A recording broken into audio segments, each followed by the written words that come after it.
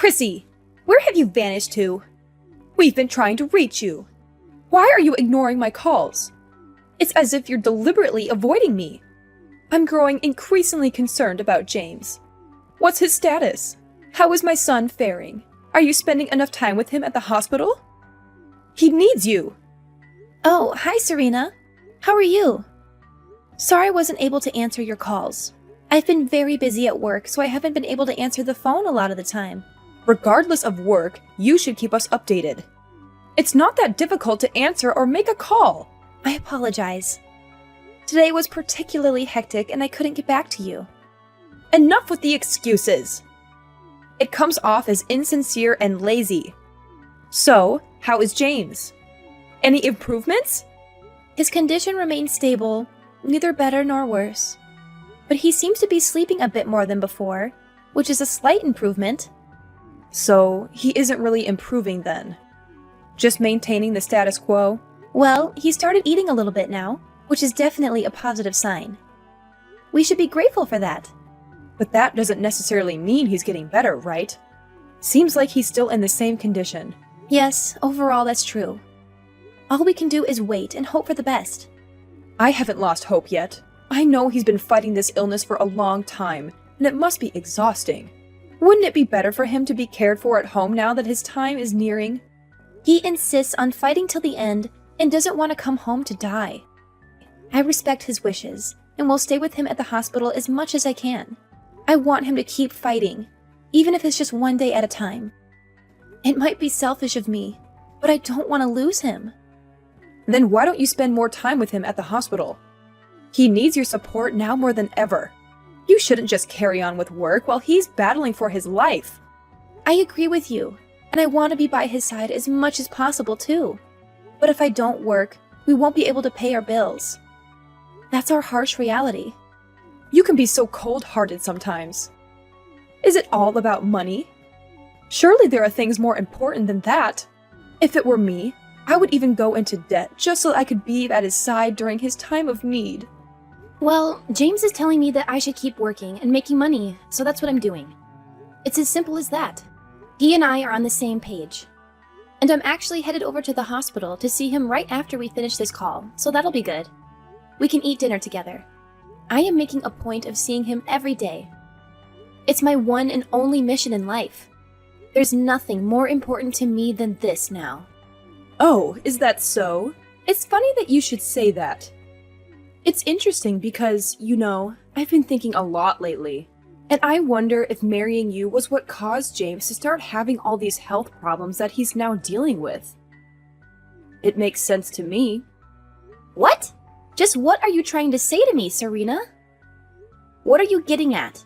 What I'm saying is that you've been a jinx for him. A bringer of bad luck. A curse, even.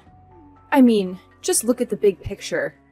You married him, but haven't given him any children. And then he got sick.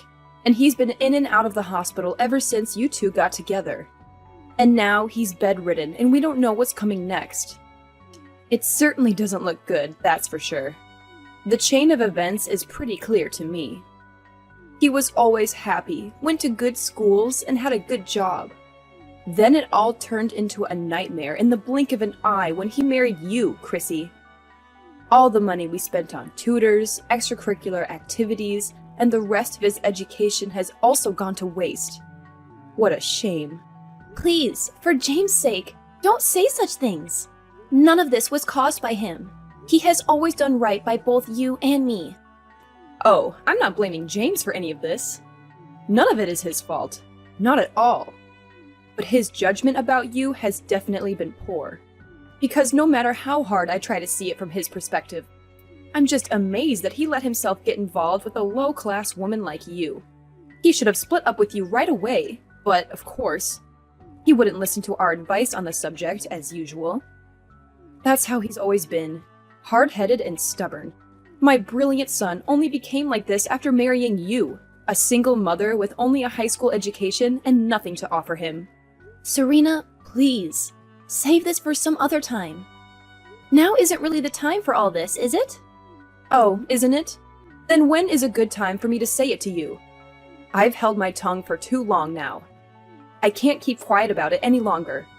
So here it is. I've never liked you, and it's always been obvious to me that you are bad for my son in every way. I see no redeeming qualities in you.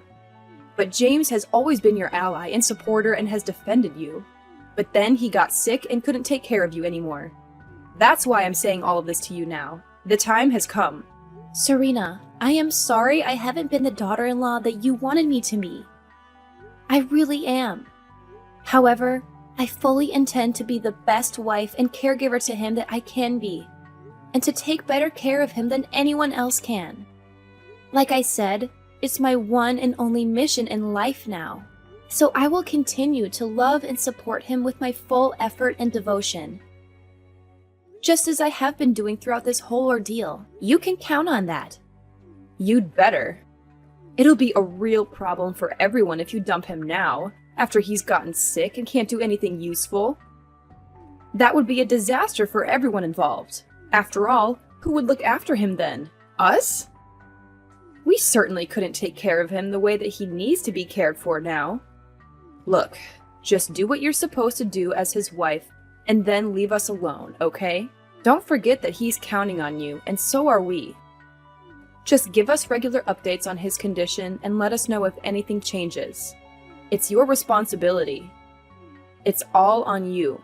Okay, I understand, and we'll keep taking care of him as I have been. By the way, are you and Maverick not going to visit him in the hospital? At all? You still haven't been to see him, and he's wondering why. About that. No, we won't be going yet, and that's because we're old and we need to be careful not to get sick.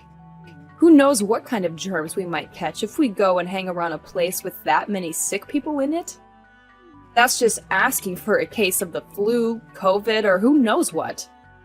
Plus, if we got sick, that would just be one more thing for James to worry about, wouldn't it? That won't do. Not at all. It's best not to take that risk. So no, we won't be visiting him at the hospital, out of an abundance of caution. That's actually another good reason to bring him home, by the way. Oh, I see. I guess that makes sense. It'll be hard to explain to him, though. But we're obviously thinking of him all the time. I mean, always. Always sending our thoughts and prayers. And it's precisely because we can't go visit him that we're in touch with you like this, too. Your role in all this is crucial now. So you better be sure to tell him that we're thinking of him, okay? Don't forget. Of course. I don't mind doing that for you and for him, but, you know, James is still able to use his phone. So wouldn't it be better if you and Maverick called him and told him that yourselves? I'm sure he'd love to hear from you. It would make his day. No, thank you. Talking to our child whose life is hanging by a thread, I just can't. That's too much for us to handle. Too much for us to bear. We're too old and fragile for that. I'm afraid it might cause Maverick to have a panic attack or worse. Can you please think a little more of how that would make us feel? Try to see it from our perspective for a change. This is why inconsiderate people are such a problem. They never think about others' feelings. I mean, good grief. Oh, okay. Well, I apologize then. Oh, we're almost at the bus stop for the hospital. I have to go now. Have a good night, Serena. You'd better take good care of our boy. He's the only son we've got. That's pretty much all that you're good for, so don't screw it up. Serena, can we talk for a moment? What is it, Chrissy? I'm just about to indulge in a relaxing bath. It's about James. His condition has taken a turn for the worse. The doctor suggested we start preparing for the worst. I think we should heed his advice. What? What happened? His condition has suddenly deteriorated. They managed to stabilize him this time, but they warned that next time could be more serious and he might not pull through. Why are we hearing about this just now? Too busy to call us again? I thought we agreed you'd keep us updated. I did call. I left a message. Didn't you check it? Please check your missed calls. I kept my promise. Oh, you did call. I apologize. We were out and I missed your call. So when are you planning to visit your son? He needs your support now more than ever. He's been asking about you. Let me think. But he's stable now, right? Yes, he's stable for now, but last night was tough. We don't know what the future holds. His condition is precarious. I strongly suggest that you and Maverick visit him as soon as possible. It would mean the world to him. All right. We'll definitely come if his condition worsens. Just keep us posted. So you're not visiting him today? Seriously? Not today. You'll let us know if anything changes, right? But if we wait until then, he might pass away without seeing you. If it's meant to be, it will be. Let's hope it doesn't come to that. He has you by his side, right? That's what matters most. Tell him we'll visit soon. That should comfort him. Okay, I'll tell him, but... Good. Now, if you'll excuse me, my bath awaits. Keep us informed if there are any updates. Chrissy, come back here! Where do you think you're going? We're not done talking yet. What do you think you're doing? Running away in the middle of this conversation like that? I have nothing more to say to you. The conversation is over. Oh no, you're not getting away that easily. You really are going to be the disrespectful daughter-in-law all the way until the end of this, aren't you? Are you serious? After the cremation, you actually slapped me in the face, Serena. How did you expect me to react? You went completely insane. That was totally out of hand and uncalled for. You should be ashamed. If the family hadn't intervened immediately, I would have called the police. That's a complete exaggeration. Maverick and I were just noticing how disrespectful and inappropriate you were being. What on earth are you talking about? What did I do? I mean, you were all smiles after the funeral. Smiling ear to ear for all to see. Shameful. And I didn't see you shed a single tear. Not one. You were laughing and talking with all the relatives, just as happy as you could be. What is wrong with you? Maverick and I saw all of it with our own eyes. Don't try to deny it. That's because I was relieved for your son and my husband. James had been desperately fighting that sickness for such a long time. He was tired and he was in pain all the time. You'd know that if you'd ever visited him at the hospital. And he was finally released from all that pain and suffering. That's what I was thinking about when I was smiling. His being free from pain and suffering is a reason to be happy, not sad. It's too bad that you're unable to see that. Yeah, I'm not buying that. Not for a minute.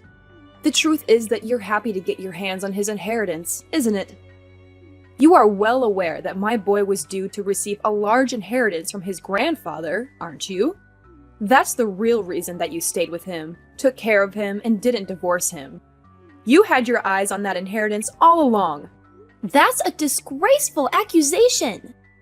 That money had nothing to do with James and I being together. I loved him. Yes, well, the words of an uneducated single mother simply cannot be trusted. They are a shallow and stupid breed of human, as I've said many times before. Serena, you have no cause or right to speak to me this way. You are completely out of line once again. At any rate, we were extremely upset by your behavior. It was just unseemly and unacceptable. And we won't be giving any inheritance to a daughter-in-law who was so happy at our son's passing. And since you say that you don't care about the inheritance, that's okay with you, right? No complaints, right? I mean, you weren't with him because of the inheritance anyway, right? You said so yourself. Of course. By all means, take it all for yourselves. I don't want any of it. Even if there was something that James left behind for me, I couldn't use it anyway. It's all yours. I'm also going to be moving out of our house as soon as possible. What? Moving already? Really? Why? But that house is practically brand new. It's only been a few years since it was built. Yes, that's true. However, I will be moving out soon. Are you saying that you don't want any of your inheritance? None at all? That's correct. I have no need for it anymore. I mean, You have no intention of giving it to me anyway, right? Or might I be able to have just a little of it? If you say that you don't want it, we're certainly not going to give it to you. Why would we do that? You're serious about what you're saying right now, right? Let's be perfectly clear about it and have no backtracking later on. Because if you come back to us later saying that you changed your mind and you do want it after all, we're not going to give it to you. No problem. That's perfectly fine by me. It's all yours. Take it. If you're that concerned about me changing my mind, we can write up an abandonment of inheritance. Shall we do that? Sure, let's do that. That's a very good idea. Okay, then go ahead and put that plan into action as soon as possible. All right. I do have one thing to ask in return, although it's not a precondition or anything like that. Oh, do you? What now? What else do you want? I'm not entertaining any unreasonable requests from you. Keep it within reason. All I want is your promise that you won't bother me anymore ever again after we do this. That's what I want, and I also want to keep James's remains. I will decide on the burial place before the mourning period ends. Is that it? That's everything? Nothing more than that? In that case, we're more than happy to oblige your request. We have no intention of ever getting involved with you again, either. Understood. Fair enough then. It's settled. Well then, I will be in touch once I've taken care of the abandonment of inheritance. Thank you for everything. Chrissy, you really are a lowlife. Is there nothing that you won't stoop to? Where in the world are you hiding out? Come back to the house right now. Sorry, but that's not possible at this time. I've moved out already and I am in my new place. Yeah, it must be somewhere nearby, though. Where is it? If you won't come here, we'll go to you. Where's your new place?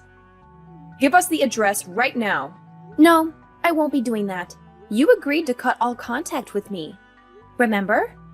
Don't forget our agreement. But you're the one who didn't hold up your end of the bargain. Why is James's inheritance nothing but debt? We're really screwed. This is untenable. Where's all his inheritance money from his grandfather? Where did it all go? Oh, that? I donated all the money to a worthy charity before James passed away. James wanted it that way. What? What are you saying? As you know, James was suffering from an incurable disease. And it seemed that he wanted that money to be used to help others who are suffering from similar afflictions. What are you talking about? You donated all of it? All of it? There was over $200,000 there. Not to mention the mortgage on the house isn't even paid off yet. When we bought the house, we still hadn't gotten any money from his grandpa. And James was still healthy and working back then, so... But usually, that kind of loan is supposed to be paid off when you know that the borrower doesn't have long to live. Why hasn't it been? We were able to pay the mortgage with just my salary. So that's the way that we left it. That's just what I'm saying. That's not how it's supposed to be done. Leaving debt unpaid when you know that money is coming in is just... Why would you do that? And on top of that, he's got unpaid credit card debt as well. All there is debt. Nothing but debt. What can I say? He was bored in the hospital, so he was doing a lot of therapeutic shopping. It made him happy. You're the wife, and you should have been paying for that. Hey, I had already signed off on my abandonment of inheritance, you know? And as for the credit card, James said that he got it back when he was in college, and that Maverick is a guarantor for it. So now you're responsible for that too. Just what in the world are you trying to do to us? Are you saying that James never had any intention of giving us any of his inheritance? Yes. Sorry to say it, but that is pretty much what it looks like to me. And that is also what he wrote in a letter to me, and asked me not to read it until after he was gone. So yes, we can safely assume that he had no intention of giving you anything. And you abandoned your inheritance, knowing about all this beforehand? Of course! After all, it was my husband's final wish, and I intended to honor it. It was my duty to honor it, in fact. What are you saying? I don't understand. Why has he been so cruel to us? We raised him from the time he was a baby. This is horrible. Cruel. That's not the kind of boy I raised.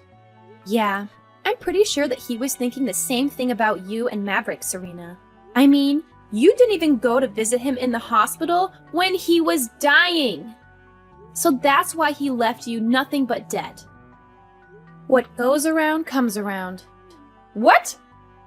What did he say that we did to him? He told me that you didn't care about him. Always ignored him and made him do only what you wanted him to do, not what he wanted. And he didn't like the way that you bullied me, his loving wife.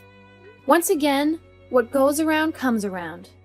So, when James finally got his hands on Grandpa's money, he decided to spend it with joyful abandon. And that's just what he did. And, after he got sick, he told me that he believed that you and Maverick were just waiting for him to die. I think that he probably wanted to get back at you for never even once visiting him while he was in the hospital. I can't really say that I blame him. We were thinking of him and worrying about him in our own way.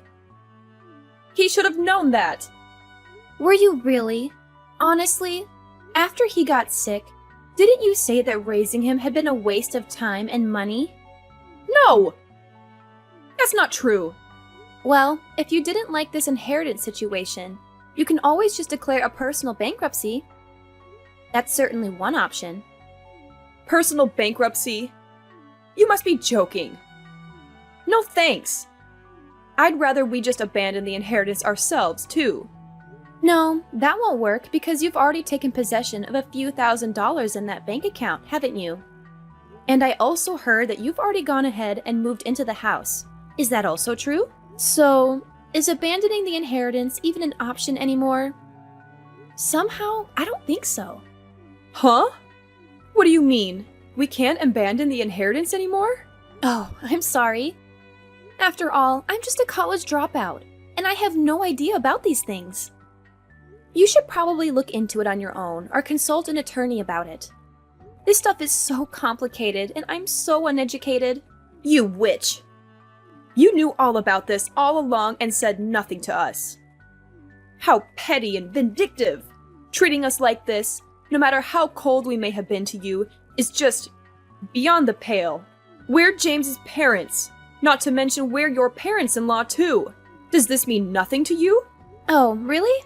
Is that so? This outcome was inevitable in my opinion. I can't believe you didn't see it coming, to be honest. After all, you were always ridiculing my high school education and my single motherhood. Honestly, is there a person on Earth who would actually want to help you after being treated so badly by you for so long? And he canceled his life insurance. Did you know about that too? How are we supposed to live now? We're screwed! I have no idea. It sounds like you and Maverick need to think and talk things over. Wait, Chrissy. You know, you and I are actually in the same boat, so to speak. How do you figure? Well, we just lost our beloved son, and you just lost your husband. We're both going through the same thing and feeling the same sorrow. So how about helping each other out a bit? James was always saying before that your salary is pretty good. And you also just said that your salary was enough to pay the mortgage, right? Don't let me into the same category as you. We're not the same. Not at all. I loved my husband with all my heart, but all you two care about is money. Okay, if you help us out now, we'll apologize, make amends, and give you the credit that you deserve and never got from us. We'll respect you and treat you better as our honored daughter-in-law. No, there's no need for any of that anymore. It's much too late. The love of my life is at peace with the angels now. And it's really ridiculous for you to be asking anything of me at this point. James is probably laughing his head off watching all this from up there. Please don't say that. It's just cruel. Please come back and live in the house that you built. Then we can all live together. I mean, isn't it tough being all by yourself? Sure. It's tough being alone, but living with the two of you would be 1,000 times tougher. Don't you feel any obligation or connection to us anymore? After all, didn't we help pay for some of your wedding expenses? You said that you would help out, but in the end, we never got a dime from you. What? Really? Was that how it happened? I don't remember that. Okay, then I'll do all the household chores and take care of everything for you, Chrissy. How about that? No, I'm perfectly capable of doing all that stuff by myself, so no, thank you. And besides, I have somewhere to be, so you'll have to excuse me now. And just where is it that you have to be? Maybe you're going to visit James's grave? No. I have to be at the police station. Why do you have to go to the police station? Because you slapped me, remember? I need to go file a police report about it. It was assault. Plain and simple. What? You're doing that now, after all this time has passed?